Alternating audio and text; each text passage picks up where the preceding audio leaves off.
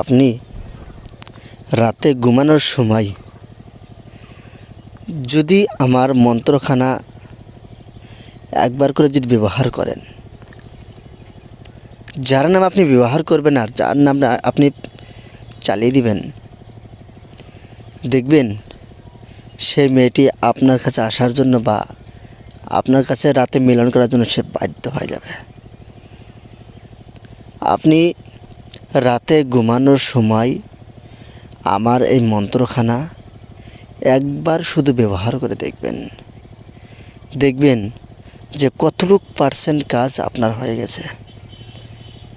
এতটুক বিদ্যা আর এতটুক পার্সেন্ট কার্যকরী বিদ্যা আমি আপনাদেরকে শেখাচ্ছি আর আপনাদেরকে আমি মন্ত্র দিচ্ছি, আপনি নিজেও কল্পনা করতে পারবেন না। সকলে ভালো থাকবেন, সুস্থ থাকবেন, আমি এখানে কামনা করি। আর আমার জন্য দোয়া এবং আশীর্বাদ করবেন, আপনাদের আমি ভালো কিছু শিক্ষা করাতে পারি আর ভালো কিছু দিতে পারি।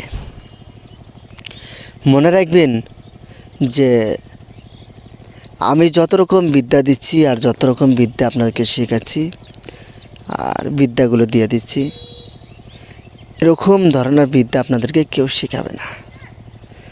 আর আপনাদেরকে কেউ তো শেখাবেই না। দ্বিতীয় নাম্বার কথা হলো, এতটুক শক্তিশালী হিসাবে আপনাদেরকে কেউ বলবেও না। সহজ বিদ্যা, আমার গুরুমুখী বিদ্যা, আমার চণ্ডাল হারের বিদ্যা, আমার ওস্তাদ দেওয়া বিদ্যা, এইসব বিদ্যা, এইসব যন্ত্র, এইসব মন্ত্র, এইসব ক্রিয়া, এইসব টটকা কোনো দিন বিফলে যায় না। চলুন আপনি আগে মন্ত্রখানা দেখেন। আপনার কাছে স্ক্রিনে যে মন্ত্র শো করছে, আপনি যে মন্ত্র দেখতে পারলেন, এই মন্ত্রখানা সুন্দর করে মুখস্থ করে নেন। নেওয়ার পর তারপর আপনি কি করবেন, যাকে পছন্দ হবে তার সামনে যাবেন। হ্যাঁ, তার সামনে যাবেন। যাওয়ার পর যদি মন্ত্র বলা সম্ভব হয় তাহলে মন্ত্র বলে আপনি চলে আসবেন। আর যদি সম্ভব না হয় তাহলে আপনি যখন তখনই মন্ত্র দ্বারা কাজ করতে পারেন। আপনি রাতে ঘুমাবেন, যে কোনো দিন আপনি ঘুমিয়ে যাবেন, নির্জন একাই ঘুমিয়ে যাবেন। যাওয়ার পর যখন আপনি ঘুমিয়ে যাওয়ার আগে আমার এই মন্ত্রখানা 3 বার মন্ত্র, একবার মন্ত্র, একবার বুকে ফু, আবার মন্ত্র, আবার বুকে ফু, আবার মন্ত্র, আবার বুকে ফু, 3 বার মন্ত্র, 3 বার বুকে ফুক মারলেন। মারার পর আপনি ঘুমিয়ে যান, ডান কাত বা বাম কাত হয়ে ঘুমিয়ে যাবেন। আপনি স্বপ্নের ভিতরে যার নামটা আপনি নিয়েছেন, স্বপ্নের ভিতরে তার সঙ্গে আপনি মিলন করতে পারবেন। কথা দিচ্ছি, এরকম কাজ আপনাদেরকে কেউ শেখাবে না। আমার বিদ্যাগুলো যদি ভালো লাগে অবশ্যই চ্যানেলটা সাবস্ক্রাইব করুন, ভিডিওতে একটা করে লাইক দেবেন।